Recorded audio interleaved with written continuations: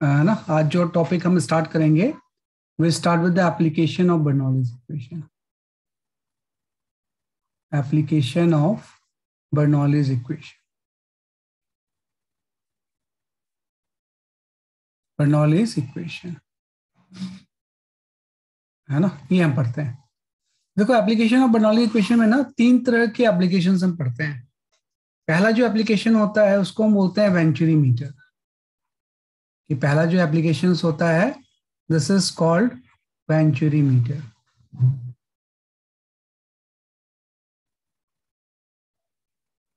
है ना।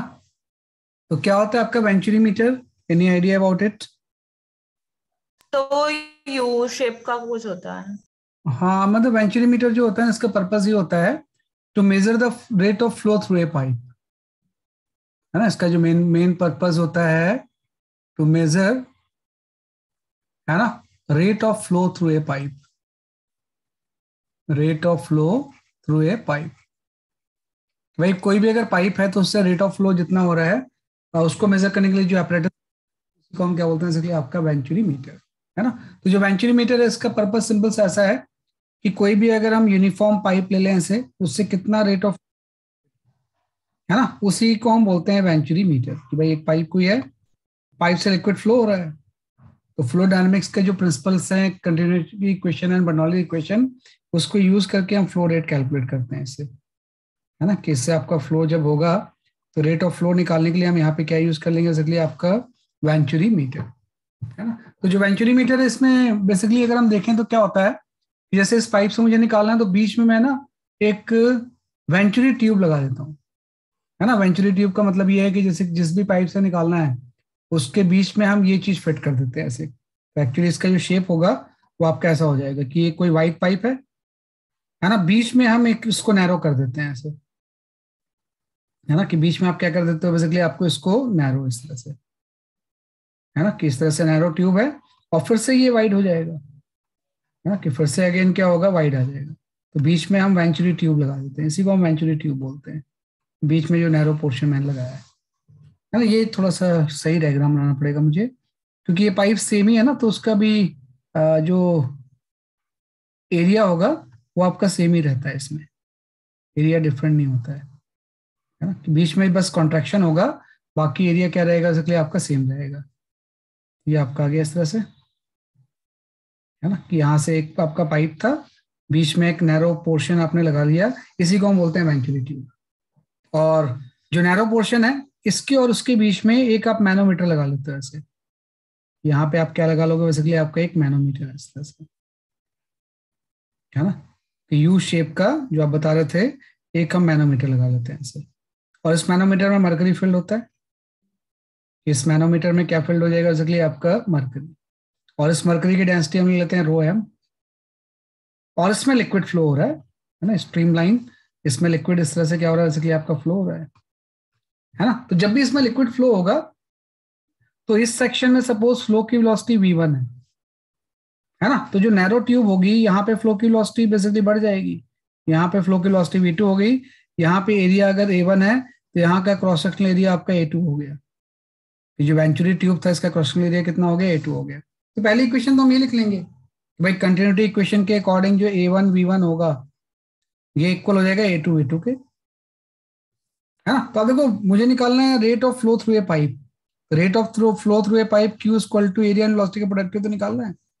तो चाहे मैं a1 v1 निकाल लूँ, चाहे a2 v2 निकाल लूँ, है ना। दोनों में से कोई भी एक चीज कैलकुलेट करूंगा, मतलब रेट ऑफ फ्लो आ रहेगा। तो मैंने कोई चूज कर लिया कि मैं a1 v1 से निकालता हूँ। मुझे निकालना है Q equal to a1 into v1। लेकिन प्रॉब्लम ये है कि मुझे एरिया तो पता है इसका, लेकिन मुझे ये वेलोसिटी v1 नहीं पता है ना। वो मुझे निकालना पड़ेगा। तो क्या होगा, जैसे यहां से लिक्विड जाएगा, अगर मैं बोलूं कि यहाँ पे प्रेशर अगर P1 है और जहां पे वेंचुरी मैंने कॉन्ट्रैक्ट किया है वहां का प्रेशर अगर P2 है, तो अभी आपने बोला है कि इस केस में V1 की वैल्यू तो V2 से ज्यादा होगी, लेकिन प्रेशर में तो उल्टा रिलेशन हो जाएगा ना।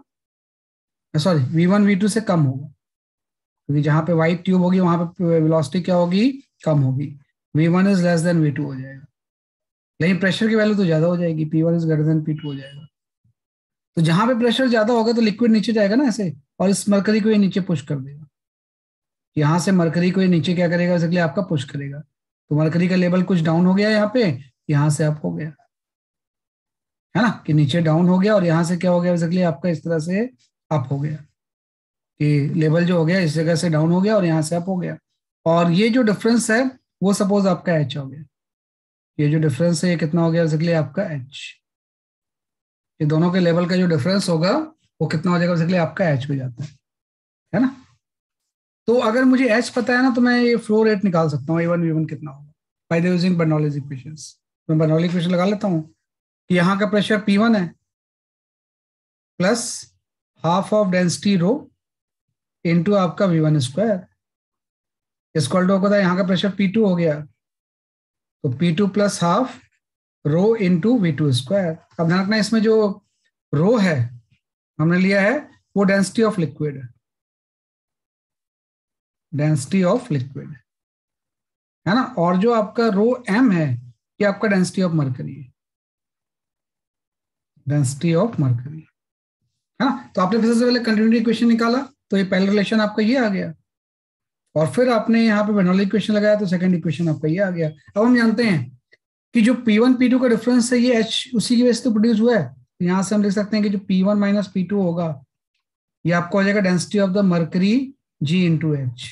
तो थर्ड रिलेशन आपका ये आ गया। तो पहला रिलेशन कंटिन्यूटी, सेकंड रिलेशन आपका ये, थर्ड इक्वेशन आपका प्रेशर डिफरेंस जो होगा उसी की वजह से हाइट का डिफरेंस क्रिएट हुआ है, तो वो हो गया density of the mercury G into H, है ना। तो अब इसमें हम क्या करेंगे, एक फॉर्मूला ड्राइव कर लेंगे कि भाई यहाँ से आप क्या करोगे, मुझे अगर V1 निकालना है तो मैं यहाँ से V2 की वैल्यू निकाल लूंगा।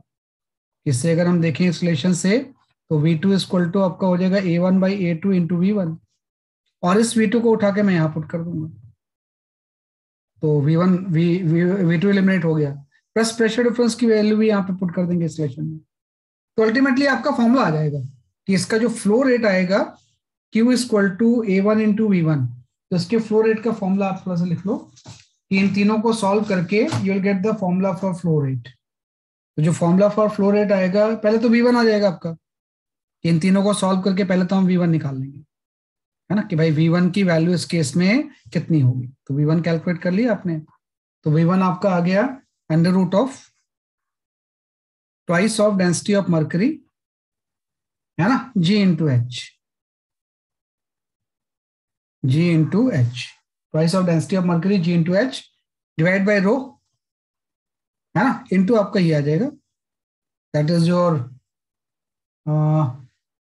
A1 बाई A2, है ना, यहाँ पे आ जाएगा इसलिए आपका A2 बाई A1 माइनस 1 का होल स्क्वायर, है ना। ये आप चेक कर लो जरा से, ये आ रहा है क्या,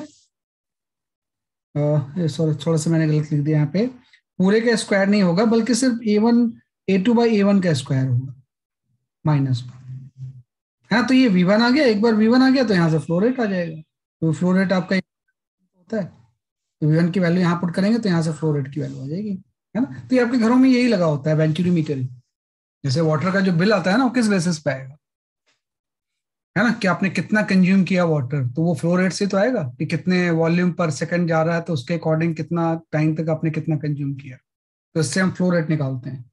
तो सिंपल सा कंसेप्ट है, पहली इक्वेशन कंटिन्यूटी, सेकंड बर्नौलीज, और अगर ये एच पता है तो P1 P2 का डिफरेंस आ जाएगा, और ये सारी चीजें आपको पता होती हैं डिस्टिलेशन में, तो उससे V1 आ जाएगा, V1 आ जाएगा तो हम यहाँ से फ्लो रेट निकाल सकते हैं, राइट। तो इसी को हम बोलते हैं venturi meter, this is called as a venturi meter.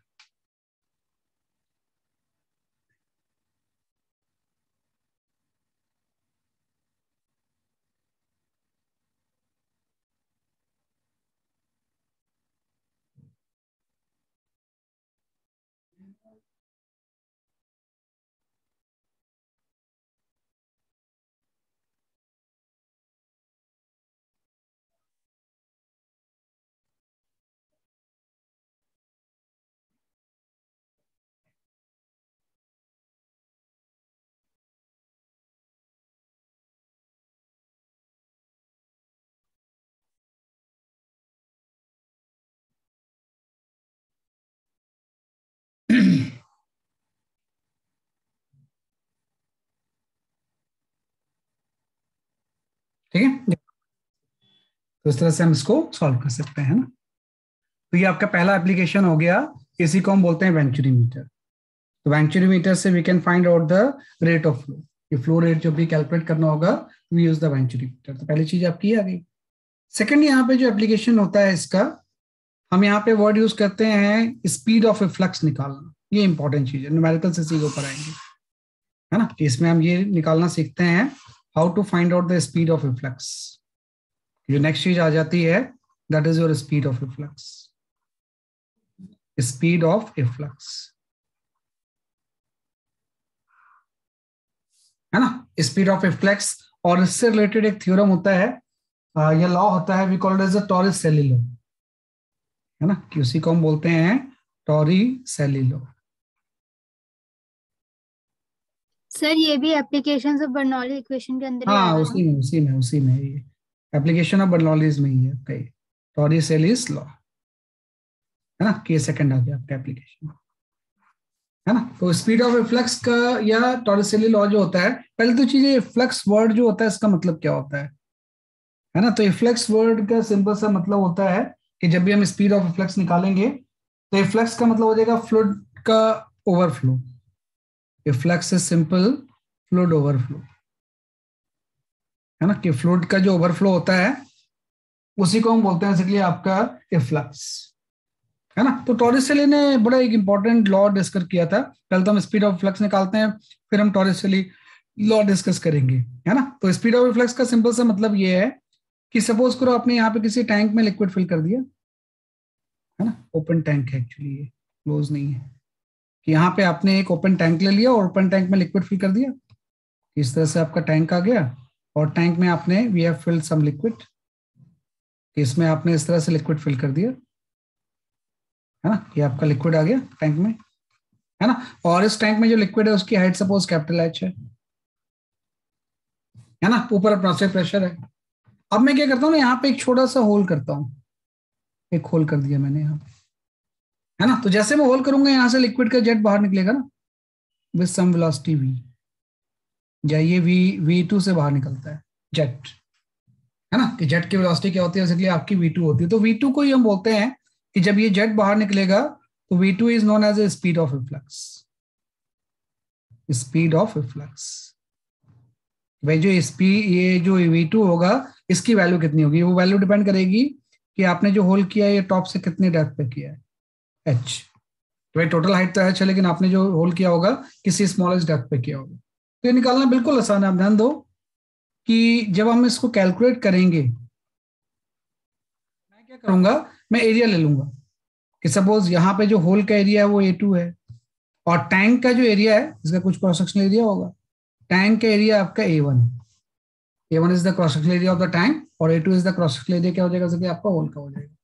तो मैं क्या करूंगा, इसमें बर्नौलीज इक्वेशन पहले कंटिन्यूटी लगा लूंगा कि भाई यहां से जैसे जेट बाहर निकला यहां से लिक्विड का लेवल डाउन भी तो होगा, तो यहाँ पे लिक्विड का लेवल किसी V1 से डाउन हो रहा है, हाँ, क्योंकि जेट जब यहाँ से बाहर निकलेगा तो यहाँ से लिक्विड का लेवल क्या होगा, बेसिकली आपका डाउन भी होगा किसी V1 से। तो मैं अप्लाई कर दूंगा कि इसके सरफेस, है ना, और जहां पे होल की लोकेशन है इसके बीच में कंटिन्यूटी इक्वेशन। पहली चीज तो मैं लिख सकता हूँ A1 इंटू V1 जो होगा वो किसके इक्वल हो जाएगा, A2 इंटू V2 के, क्वेश्चन नंबर 1, प्लस इसके सरफेस और होल की लोकेशन के बीच में बर्नौलीज इक्वेशन। तो ऑब्वियसली बात है, सरफेस पे आपको पता है कि इसके सरफेस पे प्रेशर की वैल्यू तो एटमॉस्फेरिक होगी, तो आपने प्रेशर एटमॉस्फेरिक ले लिया। काइनेटिक एनर्जी आप लिख लोगे half rho into V square, V1 square हो गया, प्लस पोटेंशियल एनर्जी। अब इसके लिए ना आपको रेफरेंस लेना पड़ेगा, है ना। तो रेफरेंस यूजली हम क्या करते हैं ना, जहां पे होल की लोकेशन है इसी को रेफरेंस ले लेते हैं, है ना, कि हमारा जो पोटेंशियल एनर्जी का रेफरेंस होता है वो आपकी होल की लोकेशन ही हो जाती है, कि जहां पे ये होल का लोकेशन है इसी को आपने रेफरेंस ले लिया कि यहाँ की पोटेंशियल एनर्जी की वैल्यू 0 है ना। तो इसी को आपने क्या ले लिया, बेसिकली आपका रेफरेंस। तो इसके रिस्पेक्ट में इस सरफेस की पोटेंशियल एनर्जी आपकी हो जाएगी रो जी एच, तो प्लस आपका हो गया रो जी इंटू एच, है ना। तो आपने बोला atmospheric pressure P not, kinetic energy half rho V1 square, plus इस सरफेस के रिस्पेक्ट में इसकी पोटेंशियल एनर्जी का रेफरेंस आपका रो जी एच हो जाएगा। ये तो मैंने लगाया सरफेस पे। अब जब जेट बाहर निकलेगा, ध्यान रखना, जैसे जेट बाहर निकलेगा यहाँ से तो बाहर भी तो प्रेशर एटमॉस्फेरिक ही होगा। भाई लिक्विड के अंदर में टैंक के कुछ पी नॉट प्लस रो जी एच होगा, लेकिन जैसे जेट बाहर निकलेगा बाहर भी तो एटमॉस्फेयर है, तो प्रेशर तो एटमॉस्फेयर ही रहेगा। काइनेटिक एनर्जी आप लिख दोगे half rho into V two square, plus potential energy आपने जीरो वहीं लिया था, तो उसका पोटेंशियल एनर्जी जीरो हो गया। तो ये इस तरह से मैंने अप्लाई किया कि पहले मैंने सरफेस और होल के बीच में कंटिन्यूटी लिख ली, फिर इस सरफेस और होल के बीच में मैंने बर्नौली इक्वेशन लिख ली। अब इन दोनों को सॉल्व करके हम V2 की वैल्यू कैलकुलेट कर सकते हैं। पी नॉट तो कैंसिल ही हो गया, और यहां से V2 की वैल्यू आप यहां सब्स्टिट्यूट कर दोगे, है ना। तो यहां से स्पीड ऑफ रिफ्लेक्स का फॉर्मूला आ जाएगा, यहां से किसका फॉर्मूला आ जाएगा इसके आपके स्पीड ऑफ रिफ्लेक्स का, है ना। तो जब स्पीड ऑफ रिफ्लेक्स का यहां से फॉर्मूला आप लिखोगे तो स्पीड ऑफ रिफ्लेक्स का फॉर्मूला आपका ये हो जाएगा कि जब आप यहां से V2 कैलकुलेट करोगे तो ये आपका हो जाएगा √2GH बाई, मेरे ख्याल से ये आ जाएगा हाँ, यहां से आ जाएगा इसके आपका A1 square minus A2 square -1। एक बार चेक कर लो जरा तो कि मैं सही लिख रहा हूं क्या।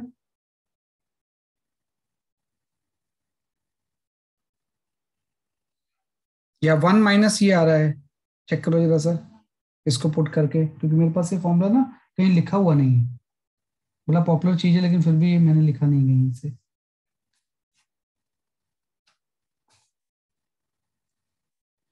या 1 माइनस आ रहा है, एक बार कैलकुलेट करके देख लो जरा सही से, है ना, कि मुझे श्योर नहीं उसके बारे में। मेरे ख्याल से 1 माइनस होगा ये आ जाएगा 1 minus A2 square minus A1 square, ये आ रहा होगा जहां तक। हाँ ये ठीक है, ये फॉर्मूला ठीक है। तो ये स्पीड ऑफ रिफ्लेक्स ये आ गया कि भाई √2GH, है ना, 1 minus A2 square by A1 square. तो ये तो फॉर्मूला होता है स्पीड ऑफ रिफ्लेक्स का, क्योंकि आपने दो लगाए कंटिन्यूटी एंड बर्नौली इक्वेशन से आपका ये आ गया। लेकिन इसी में कई बार क्या होता है ना, होल बहुत छोटा होता है। If hole is very small, hole is very small,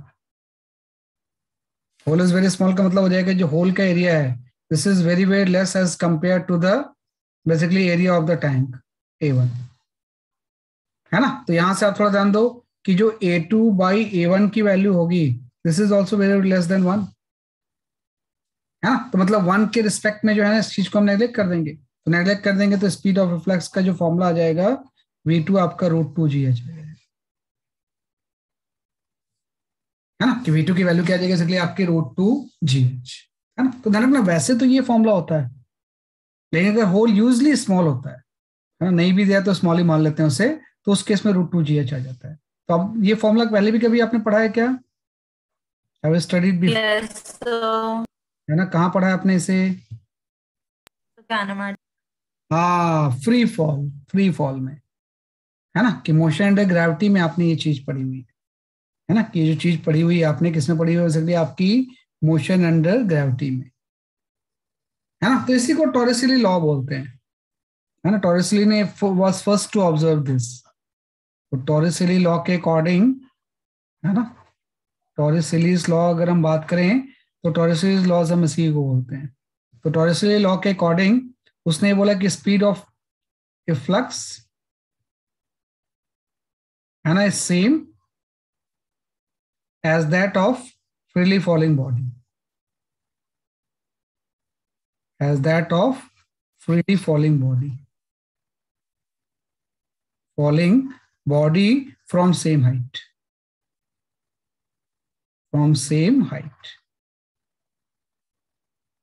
है ना। कि भाई अगर मैं एक स्टोन को एच हाइट से ड्रॉप कर दूं रस से, तो ये भी तो इतनी स्पीड गेन कर लेगा, और अगर हम सरफेस से एच डेप्थ पे होल करते हैं तो उसका भी √2GH ही हो जाएगा, है ना। तो वही चीज है, टॉरिसली लॉ यही होता है, speed of reflex is same as that of freely falling body from the same height, है ना, कि सेम हाइट से फ्रीली फॉलिंग बॉडी का ये आपका डेप्थ होता है ना। तो इसी को हम बोलते हैं इसलिए आपका स्पीड ऑफ रिफ्लेक्स, है ना। तो ये स्पीड ऑफ रिफ्लेक्स को हम इस तरह से क्या करते हैं, एनालाइज करते हैं, राइट। तो आपने स्पीड ऑफ रिफ्लेक्स निकाला, अगर इस होल बहुत स्मॉल होगा तो ये चीज आ जाएगी, तो √2GH आ गया।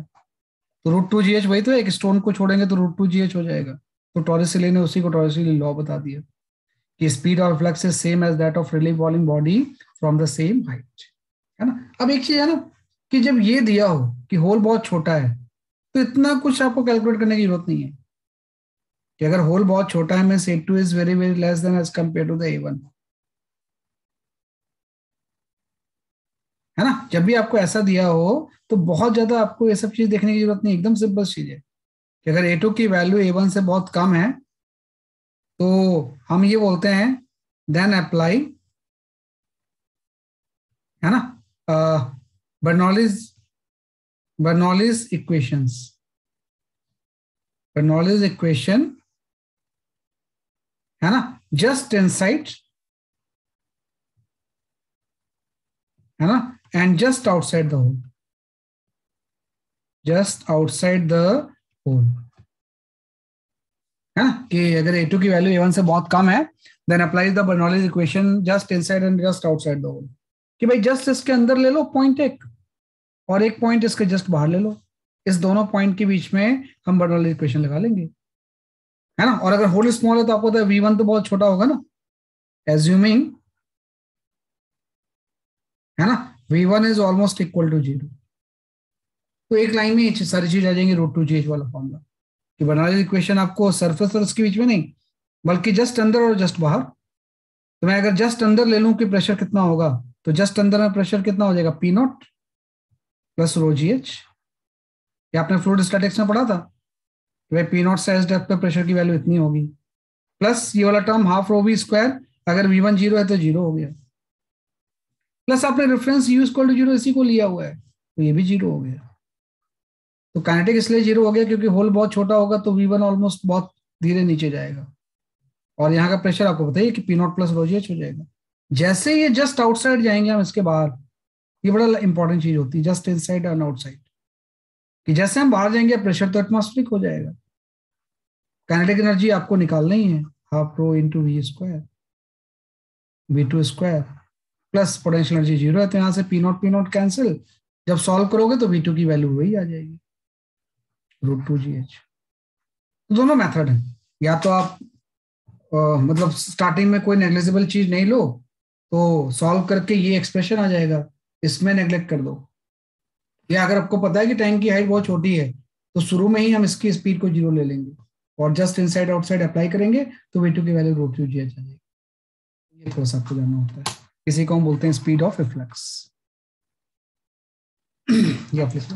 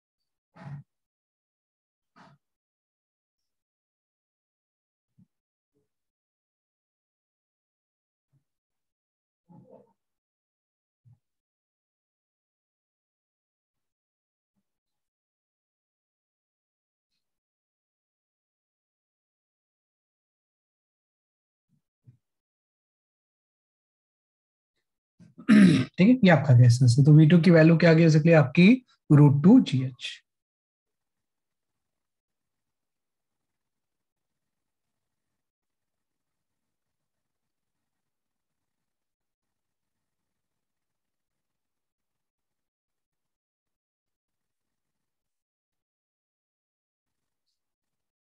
ठीक है, ये आपने कर लिया राइट, तो ये आपका गया, तो जस्ट आपने निकाल लिया √2GH। Most of the case में यही होता है ना, वो तो मतलब टैंक के रिस्पेक्ट में होल लार्ज होगा, बड़ा रेयर सा केस है, लेकिन वो भी जानना चाहिए कि लार्ज होगा तो कैसे निकाल सकते हैं। तो जस्ट आपने ये पढ़ा कि इसी को थोड़ा सा और एनालाइज करते हैं हम, कि यहाँ पे आपका कोई टैंक है ना, और इस टैंक में आपने स्मॉल होल कर दिया, कि इस तरह से आपने यहाँ पे क्या कर दिया, बेसिकली आपका स्मॉल होल है ना, यूजली होल स्मॉल ही होता है किसी एज डेप्थ पे, है ना। तो यहां से लिक्विड का जेट बाहर निकलेगा, तो जब जेट बाहर निकलेगा तो इसकी स्पीड आपने निकाल ली कि जो जेट बाहर निकलेगा as per the Torricelli law इसकी स्पीड आपकी √2 GH हो जाएगी, है ना। Whatever with the height of the tank, इससे कोई मतलब है ही नहीं, है ना। अब आपको थोड़ा सा और एनालाइज करना होता है कि जब जेट बाहर निकलेगा तो जाके यहाँ पे ड्रॉप होगा, है ना। तो आपको बताना होता है कि भाई इसका ये रेंज कितना होगा, कितने डिस्टेंस पे जाके ड्रॉप होगा। अगर ये डिस्टेंस कोई एक्स है तो एक्स की वैल्यू कितनी होगी, है ना। ये रेंज ही ले लो आप इसे कि इसका जो हॉरिजॉन्टल रेंज है, जैसा आपने काइनेटिक्स में पढ़ा था, इस हॉरिजॉन्टल रेंज की वैल्यू कितनी हो जाएगी आर, तो निकाल सकते हैं। आपको पता है कि इसको फ्री फॉल का टाइम ही तो होगा अभी, तो ये जो टाइम लगेगा इसको यहाँ से यहाँ तक आने में, एच माइनस स्मॉल जे, इस टाइम की वैल्यू आपकी हो जाएगी √2h/g, है ना, कि h माइनस स्मॉल h/g हो जाएगा ये जो टाइम इसमें लगेगा, है ना, कि इसमें जो टाइम लगेगा 2 H माइनस स्मॉल h/g हो जाएगा। और इस टाइम में कुछ रेंज की वैल्यू आ जाएगी, तो आर की वैल्यू हो जाएगी v इंटू टी। तो v आपने √2 GH निकाल लिया और टाइम की वैल्यू आपकी आ गई, है ना। तो यहां से रेंज का फॉर्मूला आ गया। तो रेंज का फॉर्मूला जब भी हम सॉल्व करेंगे तो ये आपका हो जाएगा 2 √, है ना, जी भी मेरे ख्याल से कैंसिल हो गया, यहाँ पे आ जाएगा h small h into capital H minus small h, ये आपका। तो ये रेंज का फॉर्मूला आ गया। मतलब रेंज का जो डिपेंड करेगा वो डिपेंड करेगा कि आपने कहाँ पे होल किया है, कि वर्टिकल से जितना डेप्थ पे होल किया है उसके ऊपर रेंज की वैल्यू डिपेंड करेगी, है ना। तो जैसे जैसे हम रेंज बढ़ाते जाएंगे रेंज की वैल्यू स्टार्टिंग में बढ़ती जाएगी। तो कहाँ पे होल करेंगे तो रेंज मैक्सिमम होगा, किस जगह पे होल, एकदम नीचे। ना ना, नीचे, नीचे का मतलब आप समझो कि नीचे में स्मॉल h की वैल्यू कैपिटल H के इक्वल हो जाएगी। स्मॉल h अगर कैपिटल H के इक्वल हो जाएगा तो रेंज तो फिर 0 हो जाएगा, और स्मॉल h की वैल्यू अगर 0 होगी तो भी रेंज 0 होगा। तो अगर हम टॉप पे होल करें या बॉटम में होल करें तब तो रेंज 0 होगा।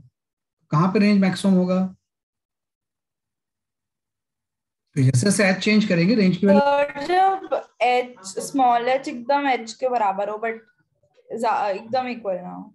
नहीं नहीं ऐसे नहीं, ऐसे नहीं, उसमें भी नहीं होगा ऐसा, है ना, कि h के बराबर होगा तो भी रेंज कम ही होता है ना। इसमें निकालना पड़ेगा आपको कि भाई स्मॉल h की किस वैल्यू के लिए रेंज मैक्सिमम होगा, ये निकालना पड़ेगा मैक्सिमम मिनिमा की थ्योरी से, कि आपको ये निकालना पड़ेगा स्मॉल h की किस वैल्यू के लिए range will be the maximum. तो हम क्या ले लेंगे, जो अंडर रूट के अंदर जो चीज है उसको कुछ आप एज्यूम कर लो x है, तो अंडर रूट के अंदर जो चीज होगी वो small h into capital H minus h square हो जाएगी, है ना, कि small h into capital H minus h square हो जाएगा। तो आपको ये तो निकालना है कि स्मॉल h की किस वैल्यू के लिए, है ना, x विल बी मैक्सिमम, और जब x मैक्सिमम होगा तो उसका अंडर रूट भी मैक्सिमम हो जाएगा, तो उसको डिफरेंशिएट कर दो, dx/dh, जब डिफरेंशिएट करेंगे तो कैपिटल H माइनस 2h हो जाएगा, इक्वल टू 0 आ जाएगा। मतलब यहाँ से स्मॉल h की वैल्यू h/2 आ जाएगी, है ना, कि यहाँ से स्मॉल h की वैल्यू क्या आ जाएगी, इसलिए आपकी कैपिटल H/2। मैक्सिमम रेंज तब होगा जब सेंटर में हम होल करें, इसके एग्जैक्ट सेंटर में जब मैं होल करूंगा ना h/2 पे, तो मैक्सिमम डिस्टेंस तक जेट ऐसे जाएगा, रेंज मैक्सिमम डेप्थ तक जाएगा, है ना। तो सेंटर में होल करेंगे वो आपने निकाल लिया, और ये मैक्सिमम रेंज होगा कितना, अगर रेंज मैक्सिमम मैं निकालना चाहूँ कितना होगा, मैं इस एक्सप्रेशन में फिर से पुट कर दूंगा। तो 2 under root of small h की वैल्यू आप h/2 पुट कर दो into h minus h/2 put कर दो, तो मैक्सिमम रेंज की वैल्यू h आ जाएगी, है ना। कि तो सेंटर में होल करेंगे तो रेंज मैक्सिमम होगा, और मैक्सिमम रेंज जो होगा वो h के इक्वल हो जाएगा, है ना। तो इसी चीज को मैं ग्राफिकली अगर देखूं कि कैपिटल आर की वैल्यू, रेंज की वैल्यू स्मॉल h के ऊपर डिपेंड कर रही है, तो आर और h के बीच के ग्राफ कैसा होगा, तो आर और h के बीच का अगर हम ग्राफ प्लॉट करें तो वो ग्राफ मैं इस तरह से प्लॉट कर सकता हूँ आपका, ये है ना, कि इसका जो ग्राफ हम प्लॉट करेंगे वो आपका इस तरह से प्लॉट करेंगे, है ना। तो इसका जो ग्राफ होगा वो आपका इस तरह से हो जाता है आपका, ये है ना, ये एक ग्राफ आ जाता है रेंज का स्मॉल h के साथ, एक्सिस के लॉन्ग रेंज हो गया और ये आपका स्मॉल h हो गया। तो आपने सही बोला है, जब स्मॉल h 0 होगा तो रेंज 0 होगी, जैसे जैसे हम स्मॉल h बढ़ाते जाएंगे रेंज बढ़ता जाएगा, जब ये h/2 हो जाएगा तो रेंज मैक्सिमम हो जाएगी, और फिर से जब स्मॉल एच कैपिटल एच के इक्वल होगा बॉटम में तो भी रेंज 0 हो जाएगी, है ना। और मैक्सिमम जो रेंज होगा उसकी वैल्यू एच के इक्वल होगी, है ना। तो एक तो ऑब्जर्वेशन ये आ गया कि सेंटर में होल करेंगे तो रेंज मैक्सिमम होगा। एक और ऑब्जर्वेशन है कि अगर मैं मैक्सिमम के अलावा किसी दूसरे रेंज की बात करूं, कोई भी मैं रेंज ले लूं, कोई भी आर ले लिया, और ये आर जो है वो लेस देन के मैक्सिमम रेंज है, तो आप देखो ये 2 पॉइंट पे ग्राफ कट कर रहा है ना, एक तो यहाँ पे और एक यहाँ पे। तो ये 2 पॉइंट का मतलब क्या हो गया भाई, मैक्सिमम रेंज तो तब होगा जब सेंटर में होल करें, उससे मतलब 2 हाइट पे सेम रेंज होगी। हाँ वही कॉम्प्लीमेंट्री टाइप की चीज आ गई कि अगर हम टॉप से स्मॉलेस्ट डेप्थ पे एक होल करें, है ना, और एक होल आपका बॉटम से स्मॉलेस्ट हाइट पे करें, जैसे टॉप से स्मॉलेस्ट पे आपने होल किया, एक होल आप बॉटम से स्मॉलेस्ट पे कर लो, तो दोनों का रेंज क्या होगा, सेम, है ना, कि दोनों का रेंज क्या हो जाएगा, इसलिए आपका सेम हो जाएगा। तो ये बड़ा इंपॉर्टेंट चीज है, मैंने ग्राफ बनाया है कि सेंटर पे रेंज मैक्सिमम अगर हम टॉप से स्मॉलेस्ट पे एक होल करें और एक होल बॉटम से स्मॉलेस्ट पे करें, दोनों सेम पॉइंट पे स्ट्राइक करेंगे, है ना, दोनों का रेंज क्या होगा, इसलिए आपका सेम होगा। और ये इंपॉर्टेंट चीज है कि भाई सेंटर में होल करेंगे तो रेंज मैक्सिमम होगा और मैक्सिमम रेंज की वैल्यू एच होगी, है ना। तो ये पूरा आपका स्पीड ऑफ रिफ्लेक्स का डिस्कशन हो गया। तो बहुत सारे क्वेश्चंस इसके ऊपर आते हैं।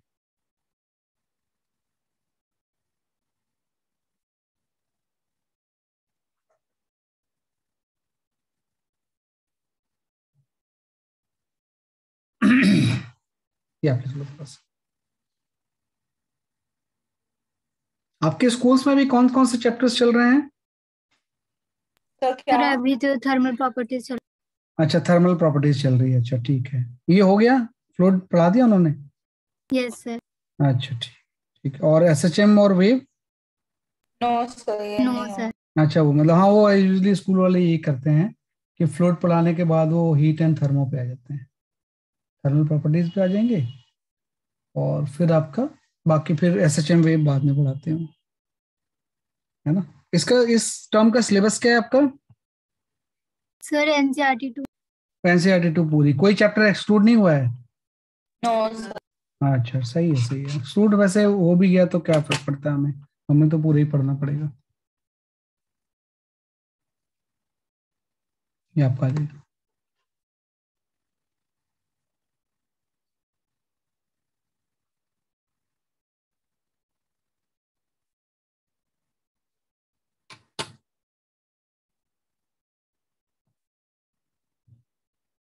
ठीक है ना, तो ये आपका आ गया इस तरह से। तो इसको हम इस तरह से डिफाइन कर सकते हैं ना। तो ये काफी एक इंपॉर्टेंट चीज, राइट। तो सेकंड एप्लीकेशन आपका ये था। ऐसे थर्ड एप्लीकेशन पे आ जाते हैं, है ना। थर्ड एप्लीकेशन हो जाता है that is the dynamic lift and मैग्नेस effect, कि थर्ड एप्लीकेशन आपका हो जाएगा डायनेमिक लिफ्ट एंड मैग्नेस इफेक्ट।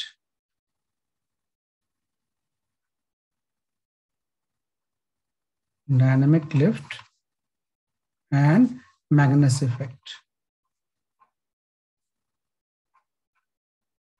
ये हम पढ़ लेते हैं, है ना, कि डायनेमिक लिफ्ट एंड मैग्नेस इफेक्ट, है ना। तो पहले तो हम डिफाइन करते हैं कि what is dynamic lift.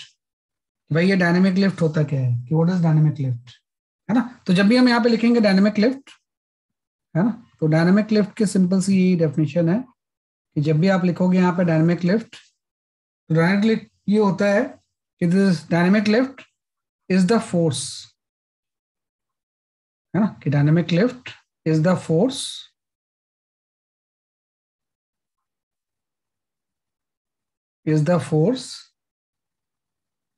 that act on a body,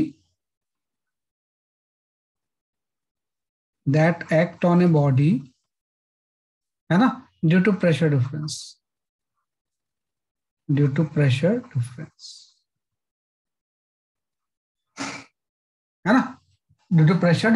है ना, due to pressure difference on aerofoil और स्पिनिंग बॉल,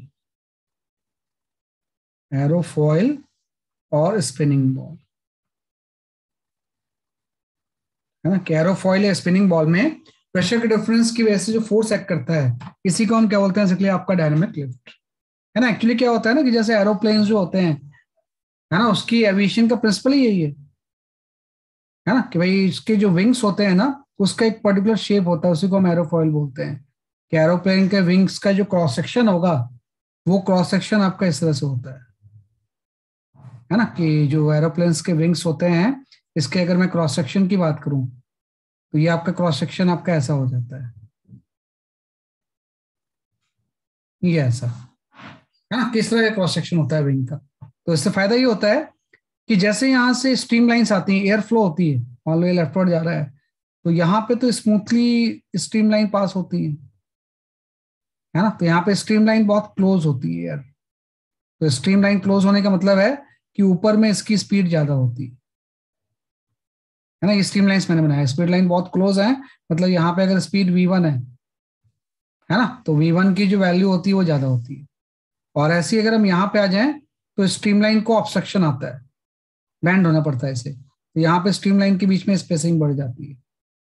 तो स्ट्रीम लाइन के बीच में स्पेसिंग बढ़ने का मतलब होता है कि यहाँ पे अगर स्पीड v2 है ना, तो v1 की वैल्यू v2 से ज्यादा होती है ना। एरोप्लेन की एक क्रॉस सेक्शन आ गया, इसी को हम एरोफॉइल बोलते हैं, इसको मैं ऐसा शेडेड कर देता हूँ ऐसे, है ना, क्योंकि जैसे वो टेक ऑफ ऐसे ही तो करता है। तो क्या पता है अगर v1 की वैल्यू v2 से ज्यादा होगी तो प्रेशर में डिफरेंस क्रिएट हो जाएगा ना, क्योंकि यहाँ का प्रेशर अगर P1 है और यहाँ का प्रेशर अगर P2 है तो जहां पे कम स्पीड होती है वहां पे प्रेशर ज्यादा होता है as per the Bernoulli's equations. तो हम बोल सकते हैं कि भाई P2 की वैल्यू जो हो जाएगी वो P1 से ज्यादा हो जाएगी, है ना। तो P2 एंड P1 की वजह से अपवर्ड डायरेक्शन में एक फोर्स लग जाएगा, है ना, कि P2 एंड P1 की वजह से अपवर्ड डायरेक्शन में क्या लग जाएगा, इसलिए आपका फोर्स, है ना। उसी फोर्स को हम डायनेमिक लिफ्ट बोलते हैं। इसके ऊपर एक ऊपर की तरफ फोर्स रहेगा, that force is called the dynamic lift, है ना। तो ये जो F फोर्स है इसी को हम डायनेमिक लिफ्ट बोलते हैं, डायनेमिक लिफ्ट। तो जो एरोप्लेन हवा में सीधे चल रहा है ना वो इसी डायनेमिक लिफ्ट की वजह से तो उसके वेट को वही डायनेमिक लिफ्ट तो बैलेंस कर रहा है ना, कि भाई यहाँ पे जैसे कोई भी अगर आप एरोप्लेन लोगे ऐसे, तो जब ये एयर में इस तरह से सीधे जाता है ऐसे किसी v स्पीड से, तो उसके वेट को कोई ना कोई फोर्स तो बैलेंस कर रहा होगा ना। तो इसके वेट को जो फोर्स बैलेंस करता है वो डायनेमिक लिफ्ट होती है, क्योंकि बर्नौलीज इक्वेशन से हम निकालते हैं डायनेमिक लिफ्ट कितना होगा। यहाँ से हम P2 P1 का डिफरेंस निकाल सकते हैं, हम लिख सकते हैं P1 plus half rho V1 square equal to आपका जाएगा P2 plus half rho into V2 square. तो अगर V1 V2 का डिफरेंस से ही आपका P1 P2 का डिफरेंस आ जाएगा, तो वेट को बैलेंस करता है। हाँ, ये जो आगे जाता है उसके लिए तो थ्रस्ट फोर्स लगता है पीछे, है ना, कि जो आगे जाता है वो किसकी वजह से जाता है, बेसिकली आपके थ्रस्ट फोर्स की वजह से, FTH, इसी को हम बोलते हैं थ्रस्ट फोर्स, हाँ। तो जो जेट पीछे निकलता है उसकी वजह से, रिएक्शन की वजह से आगे जाता है, लेकिन जो हवा में इस तरह से सीधे जाता है उसके वेट को डायनेमिक लिफ्ट से बैलेंस करना होता है। इसीलिए जब इसको ऊपर नीचे जाना होता है ना तो विंग्स को आपने कई बार देखा होगा थोड़ा सा मैन्यूवर करते हैं वो, तो वेट अगर डायनेमिक लिफ्ट से ज्यादा हो जाएगा तो ये डिसेंड करने लगेगा, और डायनेमिक लिफ्ट अगर वेट से ज्यादा होगा तो असेंड करने लगेगा। और स्टेट अगर सीधे जा रहा है तो वेट को डायनेमिक लिफ्ट हमेशा क्या करती है, बैलेंस करती है। तो थोड़ा सा ये विंग्स का एप्लीकेशन से कितनी बड़ी चीज आ गई है ना, एक सिंपल इसी प्रिंसिपल पे सारा कुछ वर्क करता है। तो इसी को हम बोलते हैं डायनेमिक लिफ्ट, है ना। एक आपका आगे, तो मैंने एरोफॉइल ले लिया, एक यहाँ पे आगे स्पिनिंग बॉल, तो यहाँ पे इसी को हम बोलते हैं मैग्नस इफेक्ट। मैग्नस इफेक्ट, तो मैग्नस इफेक्ट कुछ नहीं है, this is the dynamic lift off spinning ball होता है, dynamic lift off spinning ball. Spinning ball के ऊपर जो डायनेमिक लिफ्ट लगता है ना, वो होता है बेसिकली आपका मैग्नस इफेक्ट, है ना। जैसे आपने पढ़ा प्रोजेक्टाइल में, क्या पढ़ा था आपने, कि बॉल को थ्रो करेंगे तो पैराबोलिक पाथ फॉलो करेगा,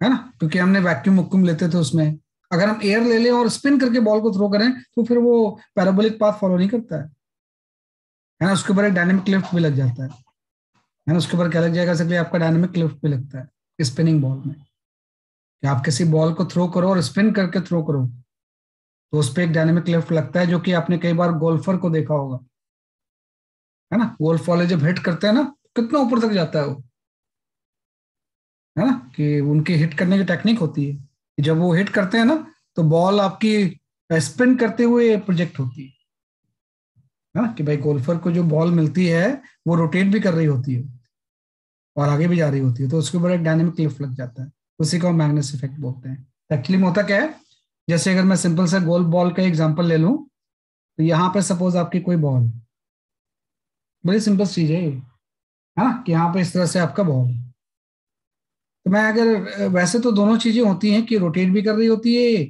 और ट्रांसलेट भी कर रही होती है, लेकिन मैं अलग अलग ले लूँ। तो सपोज आपकी ये बॉल जो है ना, ये किसी वी से लेफ्टवर्ड जा रही है ना, कि वी से ये लेफ्टवर्ड जा रही है ऐसे। तो अगर सिंपल वी से ऐसे जाए तो ऊपर और नीचे की स्ट्रीम लाइन आइडेंटिकल्स होंगी, कोई डायनेमिक लिफ्ट नहीं लगेगा। कि जैसे ऊपर की स्ट्रीम लाइंस होंगी वैसे ही आपकी नीचे की स्ट्रीम लाइंस होंगी ऐसे, है ना, दोनों स्ट्रीम लाइंस क्या होंगी, आइडेंटिकल होंगी। तो इस तरह से कोई डिफरेंस नहीं होगा दोनों में, एक सिमिलर हो जाएंगी अगर ये वी से खाली जा रहा है तो।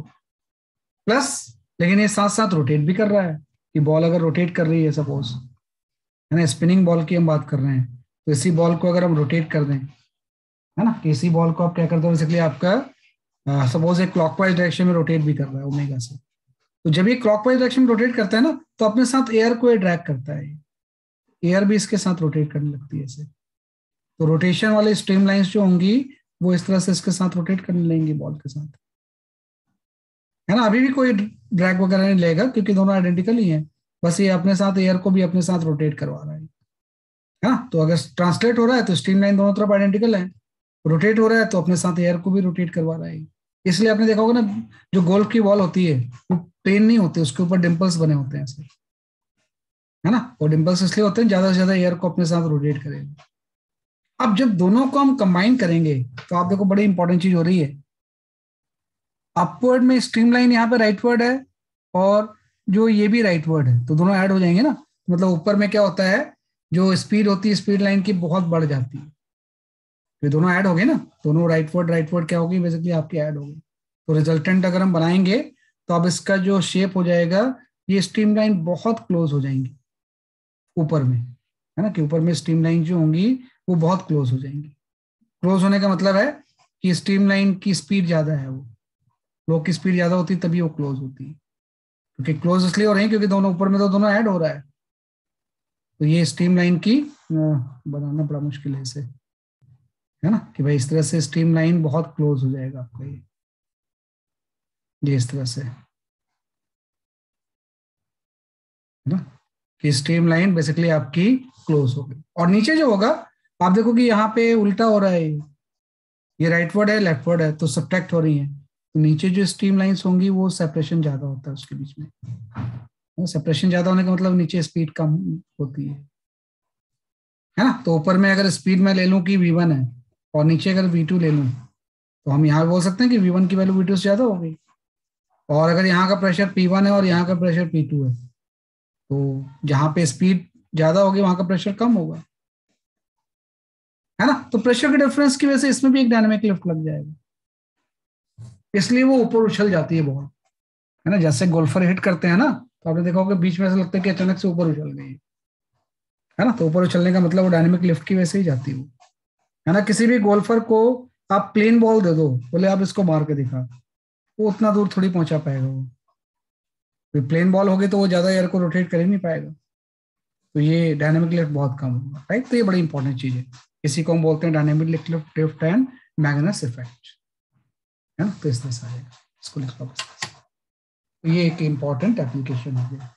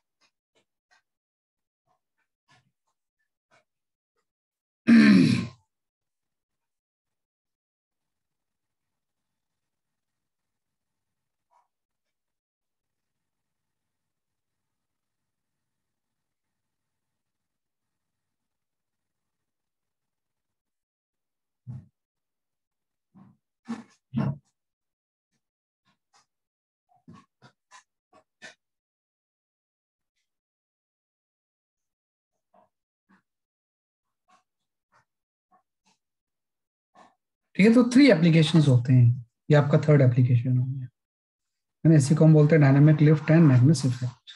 डायनामिक लिफ्ट को जब हम स्पिनिंग बॉल के लिए अप्लाई करते हैं तो that effect is called as a Magnus effect, है ना। तो ये इसी के ऊपर अब आपको न्यूमेरिकल्स थोड़े से सॉल्व करने हैं, है ना, कि इसके ऊपर आपको न्यूमेरिकल्स कुछ अटेम्प्ट करने हैं। पहला वेंचुरी मीटर, दूसरे ज्यादा न्यूमेरिकल्स तो इसी के ऊपर आएंगे, स्पीड ऑफ फ्लक्स के ऊपर, है ना। और 3rd आपका ये डायनामिक लिफ्ट आ गया, राइट। तो आई शेयर फिर न्यूमेरिकल्स, उसको आप ट्राई करो तो अपने आप ही आपको ये चीजें आ जाएंगी।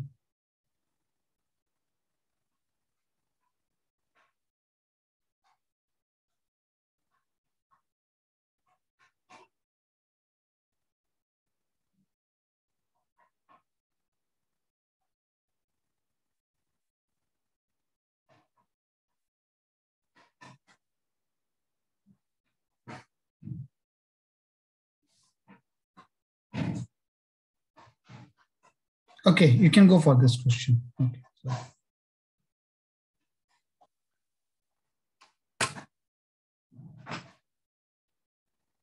Sir, this one. हाँ ये वाला, ये करना है अपनी ट्राई।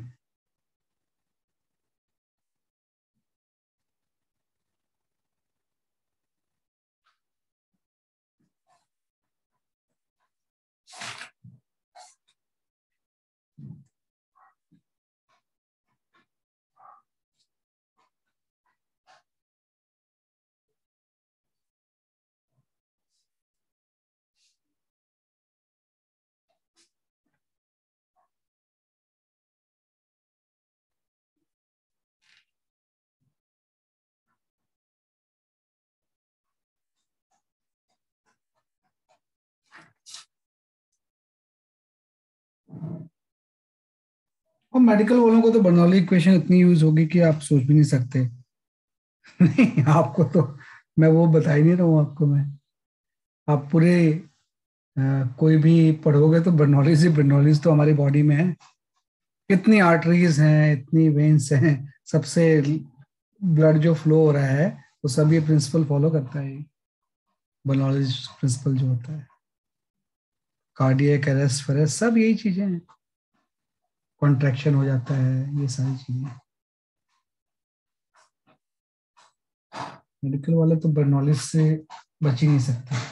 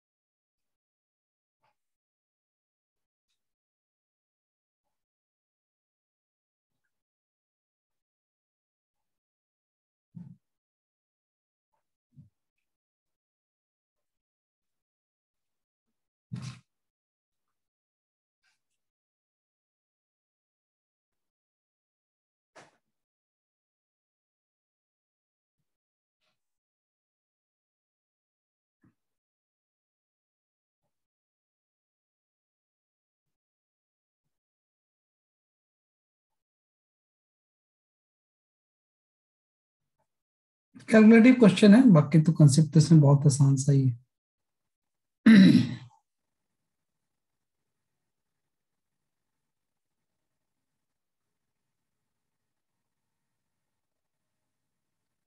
ठीक हो गया ऋतिका, आपका आंसर है ना, सही किया आपने, ऑलमोस्ट ऑलमोस्ट सही आंसर है आपका,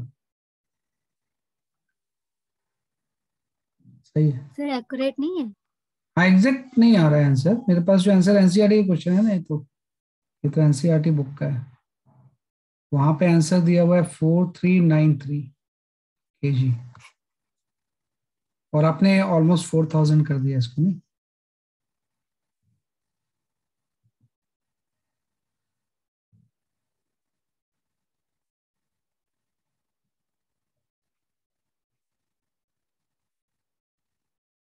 तो 4393 kg दिया हुआ है, एनसीईआरटी कैलकुलेशन ये दिया हुआ है।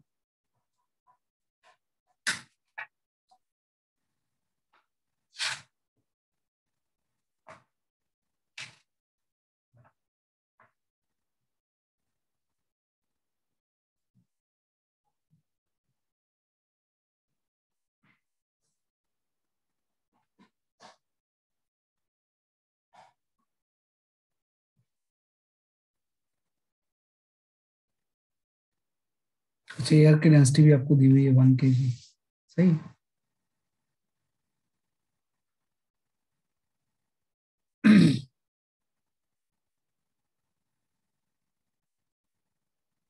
आप देख लो, बेसिकली बर्नौली इक्वेशन लगा लेंगे, तो हम लिखेंगे P1 plus half rho into V1 square equal to आपका हो जाएगा P2 plus half rho into V2 square.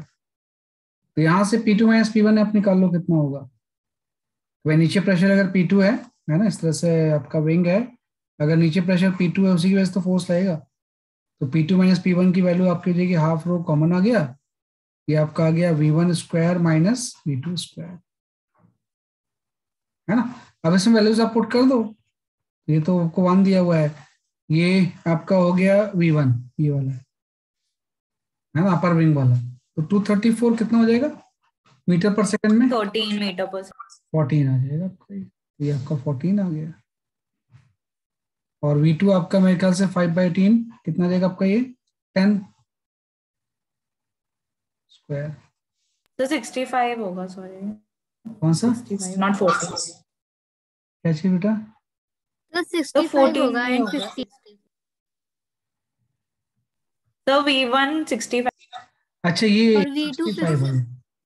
Metre पर सेकंड हो जाएगा, और ये कितना हो जाएगा 50 हो जाएगा, सॉरी 50। ये 50, हाँ 5/18 हो जाएगा तो 50 हो जाएगा। तो ये आपका आ गया हाफ इंटू 1 इंटू आपका 65 स्क्वायर माइनस आपका 50 स्क्वायर, इसको सॉल्व कर लो आप, और इसी को एरिया से मल्टीप्लाई करोगे तो फोर्स आ जाएगा। फोर्स की वैल्यू कितनी हो जाएगी, P2 minus P1 into area, और एरिया भी आपको दिया हुआ है। सर मैंने जी की वैल्यू 9.8 ली थी। हाँ तो इसमें जी आ ही नहीं रहा है कहीं पे।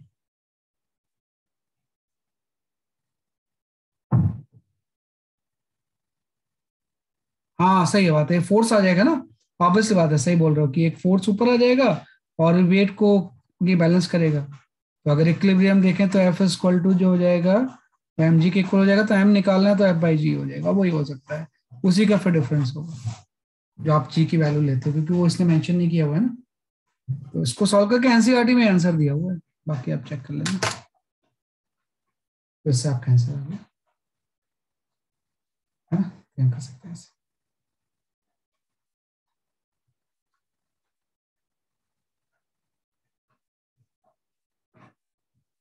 लेवल फ्लाइट का मतलब ऊपर नीचे नहीं जा रहा है, कोई असेंट या डिसेंट करेगा तो वेट या एफ में से कोई ना कोई बड़ा या कम होगा, है ना? तो लेवल फ्लाइट का मतलब सीधे जा रहा है भाई, तो ये इसका आंसर है, चलो है ना, ये हम करते हैं इसे। तो एरिया हम 25 लेंगे, 25 × 2। 25 भी लेंगे ना बेटा, भाई जैसे लग रहा है ना, जैसे ये आपका प्लेन का विंग है, तो इसके ऊपर ऊपर के डायरेक्शन में ऐसे फोर्स लग रहा है, तो किसी भी एक फेस का आप एरिया ले लो। एक्चुअली में तो ये चीज ऐसे होगी ना, ऐसे, ये तो जस्ट हम क्रॉस सेक्शन बनाते हैं, है ना। विंग्स जो होता है वो इस तरह का होता है ना 3D फिगर में, तो इस एरिया की बात कर रहे हैं, तो एक ही एरिया लेंगे, है ना। आप तो प्रोजेक्टेड एरिया लेते हो तो एक ही एरिया से मल्टीप्लाई कर दोगे आप, है ना। 25 से ही मल्टीप्लाई करोगे आप इसे, मतलब ये आपका फाइनल आंसर इससे आ जाएगा 1 × 65² - 50² × 25 मीटर स्क्वायर, है ना। तो जो फ्लैट सरफेस होगा उसका उसका एरिया की बात कर रहे हो। अच्छा, ईच ऑफ टू विंग्स है, ओ हो, यस सर। टू लेना पड़ेगा। अच्छा, ये तो मैंने एक विंग का ले लिया है, टू लेना पड़ेगा आपको एरिया, सही बात है, क्योंकि एक विंग इधर होगा एक विंग दूसरी तरफ भी तो होगा, तो इधर ड्रैग कुछ लग रहा है, एक ड्रैग इधर भी लग रहा है ना। और ईच ऑफ टू विंग का एरिया 25 है, दोनों को ले लेंगे तो 50 हो जाएगा, सही बात है, टू लेना पड़ेगा। तो प्लेन के दोनों विंग में लगेगा ना फोर्स, दोनों विंग में नहीं लगेगा तो फोर्स, वो तो टॉक लग जाएगा ना, रोटेट कर जाएगा प्लेन। बट टॉक पे तो बैलेंस होना चाहिए, अगर सीधे जा रहा है तो दो विंग इसलिए तो है उसमें, है ना, कि एक पे फोर्स इधर लग रहा है, एक पे दूसरे पे भी इधर लग रहा है, दोनों के टॉक एक दूसरे को कैंसिल कर रहे होंगे, तभी तो घूमता घूमता नहीं है। नहीं तो पता लगे एक ही तरफ घूम गया, है ना। मतलब बड़ा आइडेंटिकल रखना पड़ता होगा इसको, नहीं दोनों में जो लग रहा है चीजें, नहीं तो थोड़ा भी मिसबैलेंस हुआ तो ये एंगल पे आ जाएगा। खैर कई बार हम एंगल पे भी तो करते हैं प्लेन को, जब टर्न करता है तो एंगल पे भी तो आ जाता है ना। एंगल ऑफ बैंकिंग प्लेन में भी होता है, जब भी वो इस तरह से रोटेट करता है तो एक एंगल ऑफ बैंकिंग कंसेप्ट आ जाता है, उस टाइम प्लेन आपका किसी एंगल पे भी आ जाता है, वो इसी को मैनिपुलेट करके करते होंगे, टॉर्क के कॉन्सेप्ट को, है ना। तो बड़ा इंटरेस्टिंग टॉपिक होता है ये, तो इस तरह से आ सकता है कि आपका आंसर आ गया।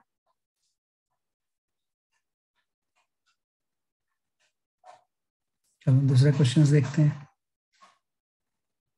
ये मैं बताऊंगा आपको मैं।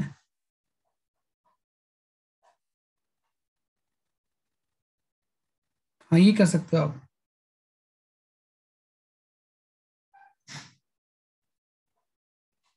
ये लार्ज टैंक वाला, चलो इसको मत करो भैया, अब दूसरा देता हूँ।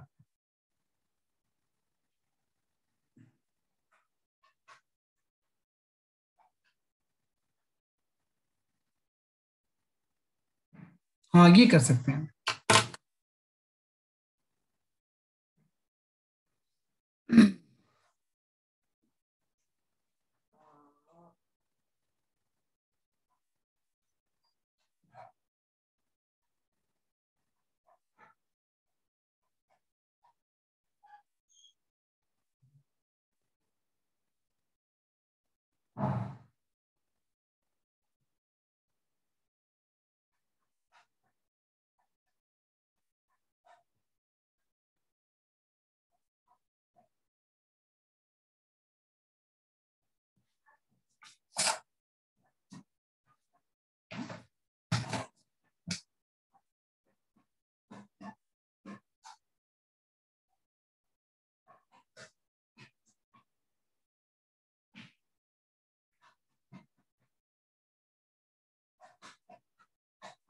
सो तो इसमें दो होल्स है ना? हाँ दो होल है, दो होल, एक होल एच डेप्थ पे है और एक है होल जो है वो 4 एच डेप्थ पे है ना। सेम कंटेनर में दो होल है, तो दोनों से वॉल्यूम फ्लो रेट का अगर सेम आ रहा है तो जो पूछा हुआ रिलेशन बताना है आपने।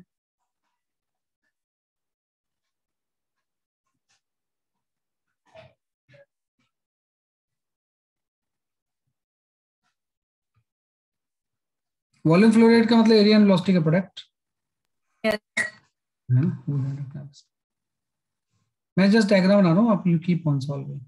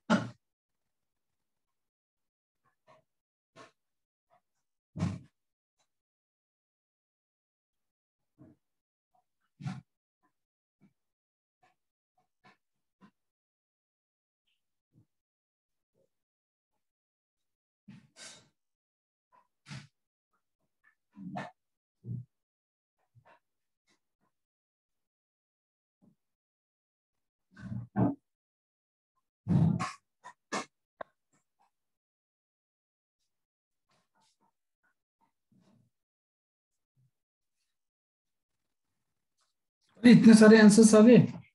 ओहो, तो वो मेरा कंफ्यूजन हो गया था वो। अच्छा अच्छा, चलिए अब मैं देखता हूँ, लेट मी चेक। मेरे पास भी वो बुक नहीं थी ना, बुक ले आया। 145।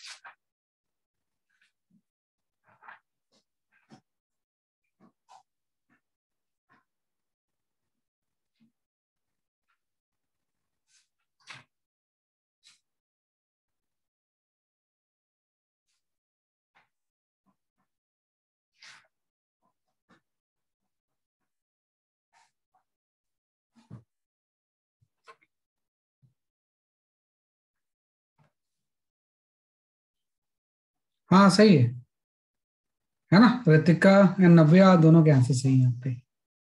सही, अभी मैंने देखा, है ना, सही है। बाद में जो आपने दिया आंसर नव्या, वो सही था आपका। सही है, डी ऑप्शन इज करेक्ट, है ना, डी ऑप्शन सही है। अभी आपने बोला कि फ्लो रेट सेम है, तो यहाँ से सपोज जो लिक्विड बाहर निकल रहा है वो किसी V1 से निकल रहा है, और इसके एरिया हम A1 ले लेते हैं। यहाँ से लिक्विड निकलेगा किसी V2 से, इसका एरिया आप A2 ले लो। तो फ्लो रेट सेम होने का मतलब है कि A1 V1 की वैल्यू किसके इक्वल हो जाएगी, A2 V2 के, है ना। तो इसका एरिया आप ले लो स्क्वायर का, स्क्वायर का एरिया तो A स्क्वायर हो जाएगा, V की वैल्यू √2GH हो जाएगी, A2, है ना। ये आपका रेडियस R है, तो इसका एरिया πr² हो जाएगा। एंड V2 जो हो जाएगा वो 2G इंटू हाइट, अब जो हो गई 4H हो गई, 4H हो गया, बस हो गया क्वेश्चन सॉल्व, है ना। कि इसको सॉल्व करेंगे तो विल गेट योर आंसर,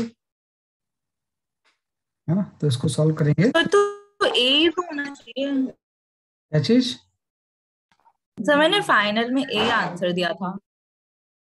नहीं, तो मेरे पास तो डी ऑप्शन सही है, मेरे पास डी ऑप्शन लिखा हुआ है सही। ए ही आ रहा है। चेक कर लेता हूँ, चेक कर लेता हूँ वैसे। भाई A1 मैंने सही ले लिया, B1 सही ले लिया, A2 सही ले लिया, V2 सही ले लिया, है ना। ये एक बार फिर से आंसर चेक कर लूँ मैं। मुझे ऋतिका ने भी डी दिया है, और आपने फाइनल में ए दिया था। अच्छा, वो मैंने देखा भी। यस। अरे मैं चेक कर लेता हूँ। 145, नहीं डी दिया हुआ है, हाँ, लेकिन तो क्योंकि 2GH तो कट जाएगा रूट में, तो हाँ, फिर रूट टू रोड जी में तो एच कम हो जाएगा। सही बात है, टू ही बच जाएगा बाहर, यस। है ना, टू ही बच जाएगा, है ना। Circular roll of radius R, of side A दिया हुआ है, ऐसे डेप्थ एच, और ये फोर एच, सही बात है। रूट टू जी एच, और ये सारे तो कैंसिल ही हो जाएंगे, यहाँ पे टू ही तो। सर आप ना ये 2 ना पाई आर स्क्वायर वाला रखो और ये 2 ए स्क्वायर साइड वाला कट कर दो, तब ज्यादा इजी आएगा। नहीं नहीं, तो मैं तो रूट टू जी एच पूरा कैंसिल कर दिया, और यहाँ से टू बाहर निकाल लिया, इसमें क्या दिक्कत है? आसान, हाँ सर। है ना, यही तो रिलेशन आ रहा है। तो इस रिलेशन के अकॉर्डिंग अगर हम देखें, तो जब मैं आर स्क्वायर की वैल्यू निकालूंगा, है ना, हाँ सही, तो पूरे के अंडर रूट ही तो आ जाएगा बेटा। ओ यस सर, अभी सही तो दिखा। है, सही तो आंसर है। तो ए स्क्वायर बाई टू पाई हो जाएगा।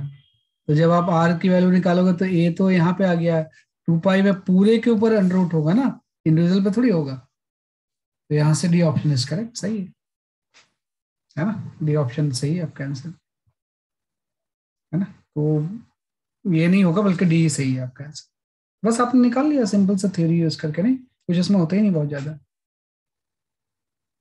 ठीक है ना, ये हम कर सकते हैं इसे। चलो इसको कर लो जरा सा।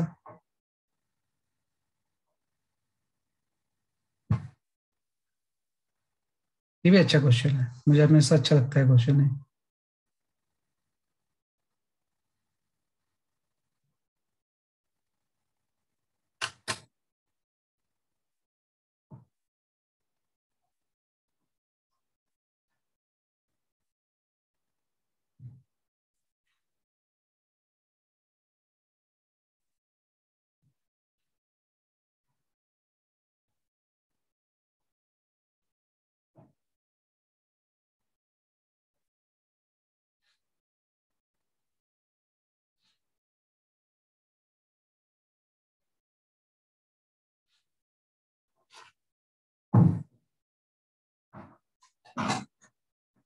ठीक है, आंसर है नब्बे आपका।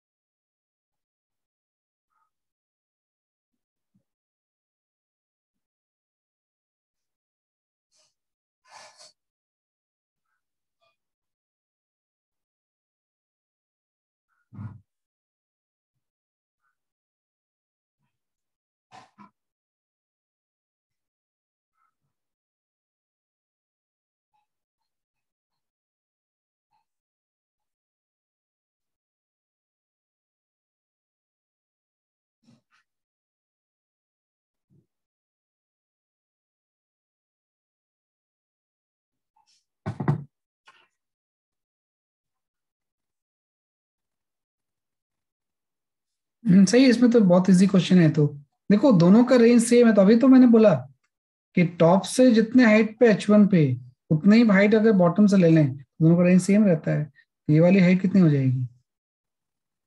Capital H minus h two हो जाएगा, और ये आपका एच वन है। तो अगर दोनों सेम जगह पे स्ट्राइक करें, मतलब दोनों सेम होने चाहिए। मतलब h one is equal to आपका capital H minus h two हो जाएगी। मतलब h one plus h two का जो सम होगा, वो एच के इक्वल हो जाएगा, बस हो गया। ये ऑप्शन द करेक्ट, है ना, ये ऑप्शन इसमें सही हो जाएगा। बहुत इजीली कर सकते हैं हम इसे।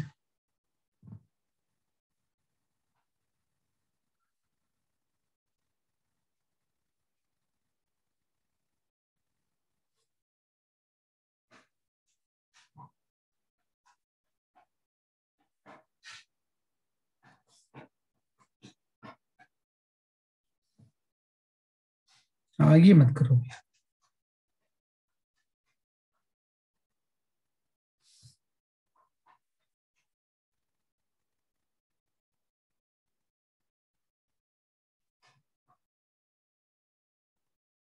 ये तो वही क्वेश्चन है जो अभी आपने किया, नहीं? Yes sir. सेम क्वेश्चन है, तो इसका तो ये सही हो जाएगा, है ना? √2π सेम ही क्वेश्चन है। ये तो सेम ही क्वेश्चन था जो आपने अभी किया। चलो दूसरे क्वेश्चन सॉल्व करते हैं।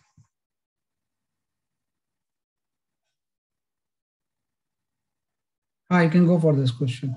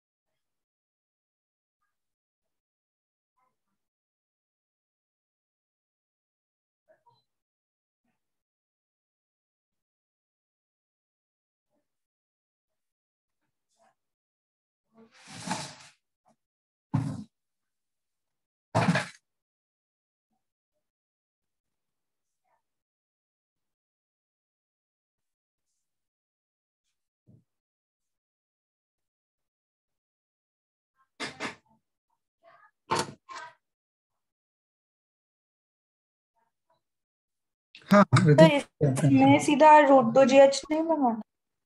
देखो √2GS, हाँ उससे भी लगा सकते हैं ऐसे तो, वो भी सही है। बट ऑप्शन सर ऑप्शन मैंने में तो नहीं। इसे बनाया है। हाँ सर मैंने √2GS ही बनाया है। हाँ, √2GS ही लगा लो, सीधे सीधे हाइट 10 मीटर ले लो, तो क्यों? क्योंकि इसने बोला है ना किस स्पीड से ग्राउंड पे स्ट्राइक कर रहा है।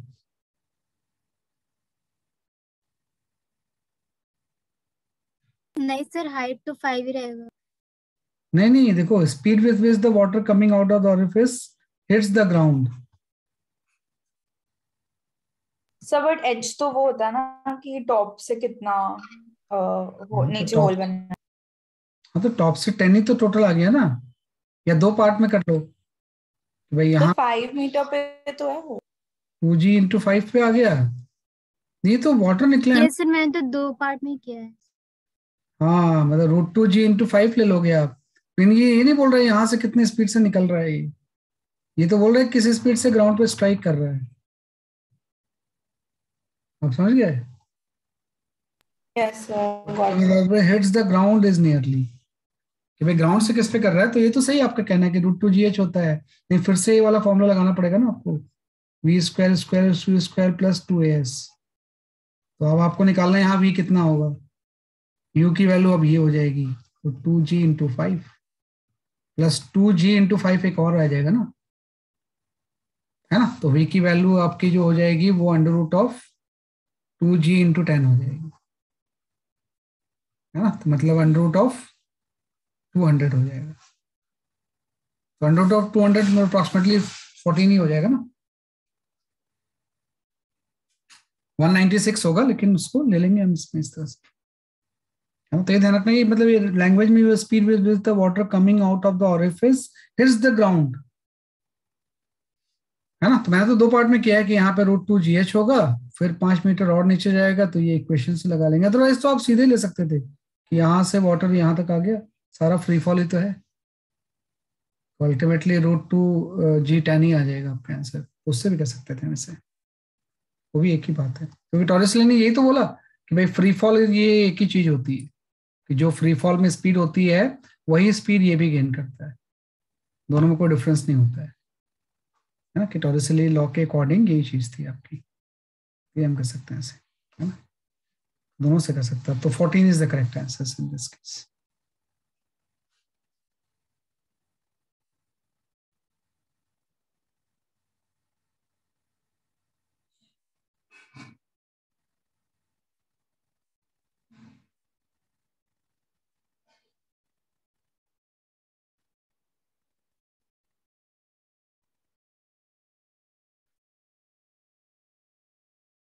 ये कर लो जरा सा, ये भी ठीक है, अब तक टैंक ओपन था ना ऊपर से, अब ऊपर से ओपन नहीं है, बल्कि एक पिस्टन से हम वाटर को पुश कर रहे हैं, तो यहाँ पे जब निकलेगा तो कितनी स्पीड से निकलेगा, लेकिन होल स्मॉल ही है ना, कि स्मॉल होल है, मतलब अंदर का वाटर रेस्ट पे होगा।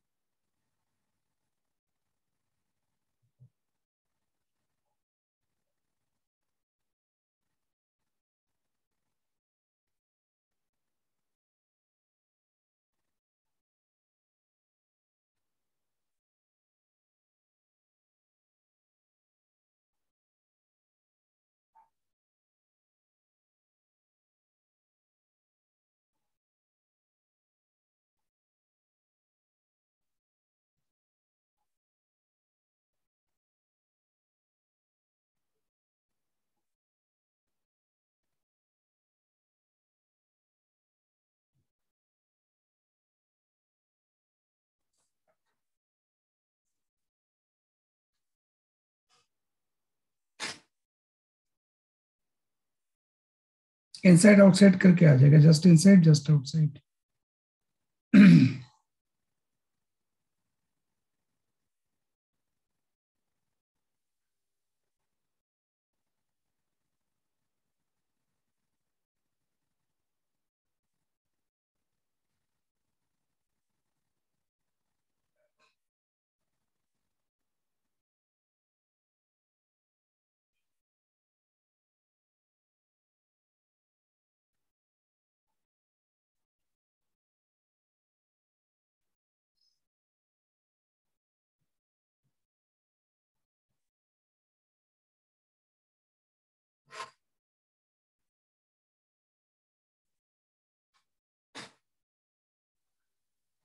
हाँ ऋतिका सही है आपका आंसर।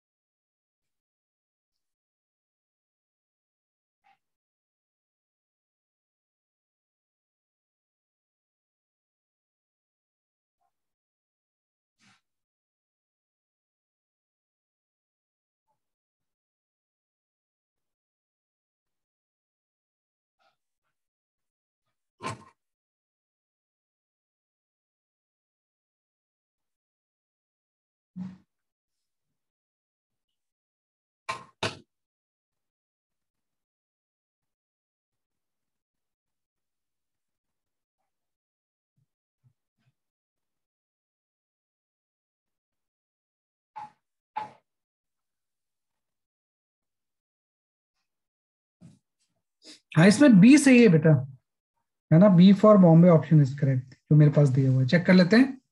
देखो हम क्या करेंगे ना, just inside and net just outside Bernoulli equation लगा लेंगे।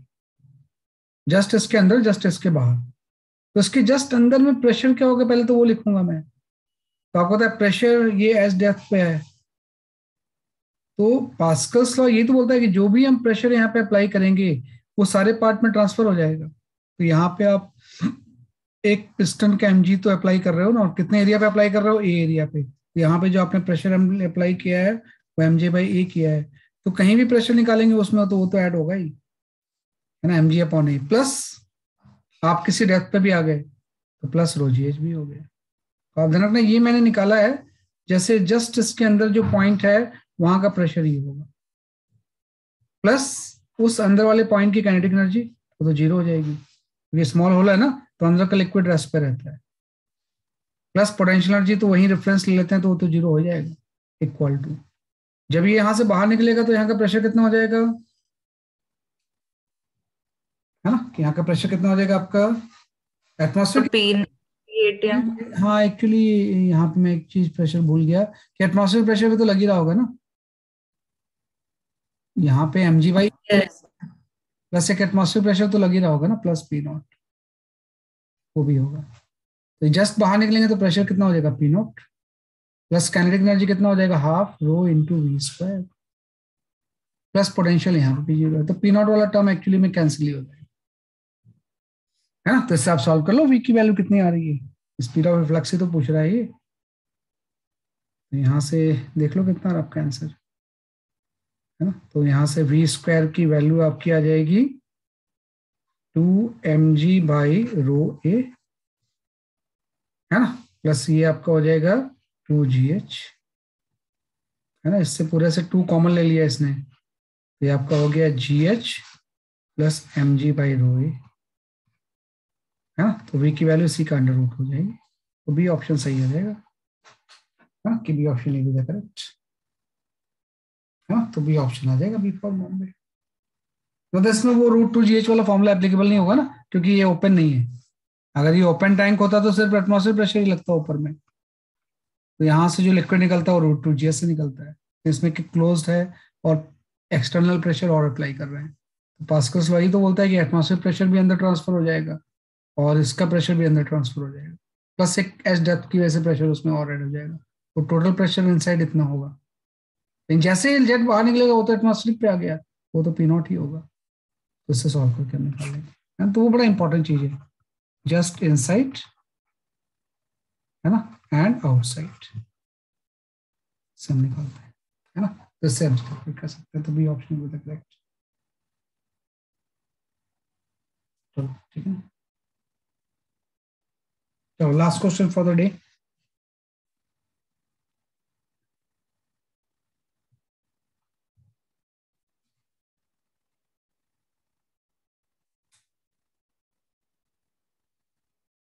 ये सब मैं दूंगा आपको बाद में. We can go for this question.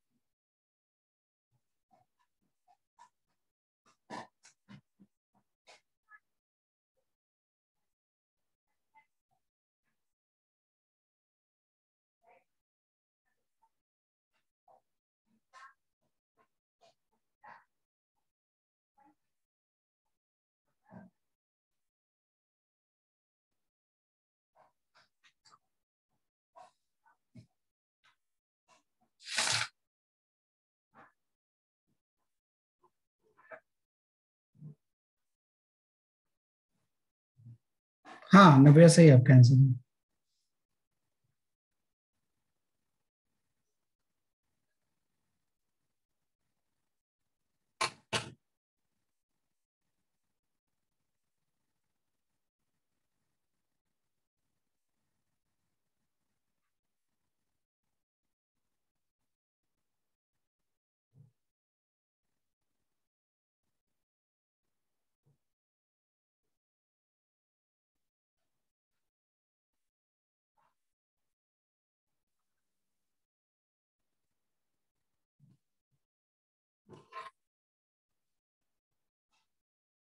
हाँ, रितिका सही है आपका आंसर. सही सही बता रहे हो आप इसमें, है ना. इसमें तो बहुत ज्यादा मुझे एक्सप्लेन करने का बहुत ज्यादा कुछ है ही नहीं इसमें. भाई यहाँ से जब लिक्विड निकलेगा तो उसकी स्पीड √2 GH हो जाएगी. एच की वैल्यू हम ये ले लेंगे, तो ये 0.75 हो गया. तो जरूरत नहीं है, फॉर्मूला ही होता है सीधे. 2 √of small H into capital H minus small H. तो 2 स्मॉल एच की वैल्यू ये 0.75 हो जाएगी, और capital H minus small H 0.25 हो जाएगा. बस इसको सॉल्व कर लो, आपका आंसर आ जाएगा. मेरे ख्याल से इसका जो आंसर आता है वही आता है, 86.6 सेंटीमीटर, है ना. इस तरह से एक और क्वेश्चन जो कि एक कंसेप्चुअल क्वेश्चन है, वो मैं बताता हूँ आपको मैं. तो इसके लिए इसका डी ऑप्शन सही हो जाएगा, फॉर्मुला बेस्ड क्वेश्चन है ना. एक कंसेप्चुअल क्वेश्चन मेरे पास अचानक से दिख गया मुझे, वो भी कर लो आप.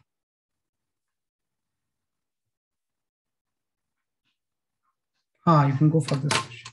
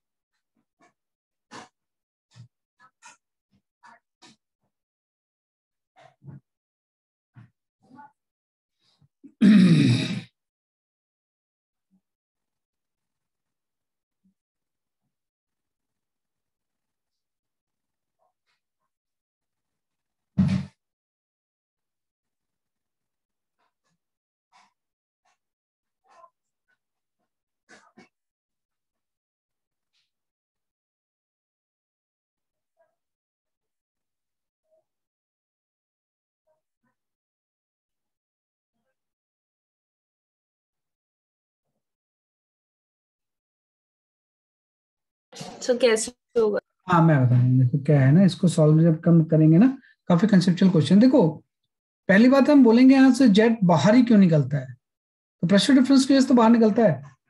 जैसे मैं बोलूँ कि इस पॉइंट का प्रेशर या उस पॉइंट का प्रेशर अलग अलग होगा ना, यहाँ का जो प्रेशर होगा वो हो जाएगा पी नॉट प्लस रो जी एच, और यहाँ का प्रेशर पी नॉट हो जाएगा। तो अंदर प्रेशर ज्यादा है, बाहर प्रेशर कम है, तो हायर प्रेशर से लोअर प्रेशर की तरफ लिक्विड बाहर निकलेगा, है ना। लोअर प्रेशर की वजह से बाहर प्रेशर की लिक्विड बाहर निकलेगा, है ना। इसने बोला कि कितने एक्सेलेरेशन से मस्त कंटेनर मूव करेगा ताकि वाटर यहाँ से बाहर निकले ही नहीं। तो सिंपल सा, ये तभी बाहर नहीं निकलेगा जब इसका फ्री फॉल होगा, जी से नीचे जाएगा तभी, है ना। कि अगर इस कंटेनर का फ्री फॉल हो जाए तो लिक्विड बाहर नहीं निकलेगा, फ्री फॉल हो जाए। क्योंकि जैसे फ्री फॉल होगा, अगर जी से जा रहा है ना, तो आपको पता है जी से कोई भी चीज अगर डाउनवर्ड जाती है तो उसका जी इफेक्टिव तो 0 हो जाता है।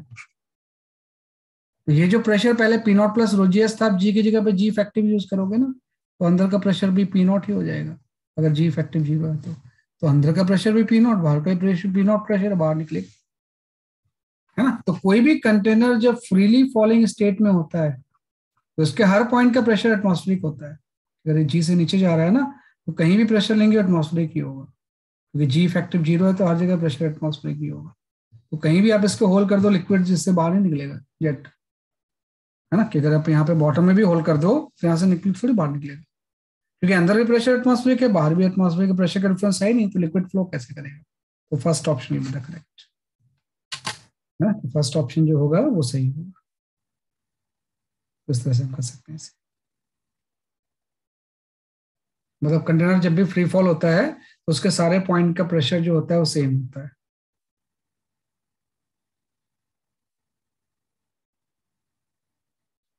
ठीक है, नहीं चलो तो ये हम कर सकते हैं ऐसे। ठीक है, तो जैसे आज मैंने बता दिया, ऑलमोस्ट फ्लूइड मैकेनिक्स हम पढ़ चुके हैं। अभी वो एक वो नहीं पढ़ा हमने, सरफेस टेंशन विस्कोसिटी वगैरह, लेकिन फ्लूइड मैकेनिक्स आपके मॉड्यूल में ना सेपरेटली दिया होगा। तो फ्लूइड मैकेनिक्स का आप मॉड्यूल थोड़ा सा अटेम्प्ट कर लो, है ना। प्लस आप एनसीईआरटी भी इसकी जरूर कर लेना।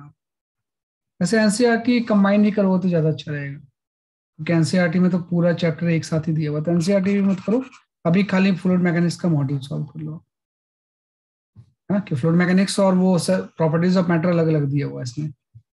ये करोगे तो अपने आप ही सारी चीजें आपको आ जाएंगी। वैसे भी अभी एक क्लास में अभी और लूंगा, इसकी कुछ कंसेप्ट बचे हुए हैं, लेकिन वो क्लास का अभी तभी आपको अच्छा लगेगा जब आप एक बार थोड़ा सा फ्लूइड मैकेनिक्स नेक्स्ट क्लास में रिवाइज करके आना। तो एक बार रिवाइज करके आओगे ना, तो हायर लेवल के क्वेश्चंस होंगे, प्लस कुछ अलग कंसेप्ट हैं वो मैं डिस्कस करूंगा आपसे, थोड़े से बचे हुए हैं अभी इसमें, है ना। तो अब आपका केवीपीवाई कब है? 9 जैन। 9 जैन तो अभी टाइम है खैर, और उसी दिन मेजर टेस्ट भी है शायद, है ना। नो सर, मेजर टेस्ट 30 जन को है। अच्छा, वो चेंज हो गया? नहीं सर, वो पहले से अच्छा अच्छा ठीक है, मेजर टेस्ट मैंने बोला कि सेम डेट पे नहीं रखेंगे वो, क्योंकि केवीपीआई तो सारी बच्चे देते हैं। तो केवीपीआई 9 जैन को है, मेजर टेस्ट जो है वो 13 जैन को है। सर 30। 30 yes sir. फिर तो बहुत टाइम है अभी। और टीडब्ल्यूटी नेक्स्ट वीक में है नहीं? हाँ सर, सेकंड को है, 23rd को है। और क्या क्या है टीडब्ल्यूटी का टॉपिक, क्या है नेक्स्ट? सर रे टॉपिक क्या चीज? अच्छा वो रे ऑप्टिक्स। रे ऑप्टिक्स वाला आ गया, वो तो आसान चीज है ना, कि रे ऑप्टिक्स वाला पोर्शन है। ठीक है, हाँ जो आप पैरेलल ट्रैक में पढ़ रहे होगे, सही है। और जो 23rd वाला है उसका क्या टॉपिक है?